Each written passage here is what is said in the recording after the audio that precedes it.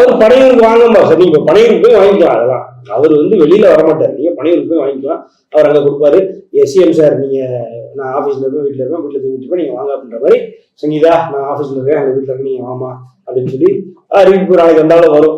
இல்ல அறிவுடன் சார் நீங்க வாங்க, நான் ஆஃபீஸ்ல இருக்கேன், வந்து வாங்கிக்கோங்க, அவர் சத்யநாராயண கூட இருந்தா அவரையும் கூட்டுவாங்க அப்படின்னு சொல்லி அறிக்கை வரும். அவ்வளவுதான். விஜய் எல்லாம் ஒண்ணுமே பண்ண மாட்டார் சார். அவருக்கு பண்றது தைரியமும் கிடையாது, துணிச்சலும் கிடையாது. அவரு அதாவது இதை ரொம்ப கேவலமா கையாண்டார். இவங்க நினைச்சிருந்தாங்கன்னா, இந்த சங்கீதா அவர்கள் எல்லாரும் திட்டுறாங்க, நினைச்சிருந்தாங்கன்னா இது இந்த நடிகைதான் போட்டு ஆட்டி நடிச்சிருக்கலாம்.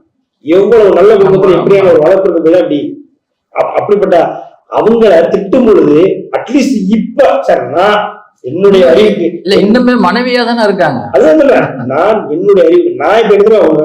எங்களுக்கும் ஒரு பிரச்சனை இருக்கு. சங்கீதாவும் கோர்ட்டுக்கு போயிருக்காங்க. தேவையில்லாம என்னுடைய மனைவி சங்கீதாவை நீங்க காயப்படுத்த வேண்டாம், அது எங்களுக்கு பிரச்சனை, நாங்க பாத்துக்கிறோம், முடிச்சுக்கிறோம். இது கூட பண்ண தெரியாது சார் விஜய். அறிவுன்றது சுத்தமே கிடையாது. குறிப்பா சிவிக் சென்ஸ் கிடையாது விஜய்க்கு.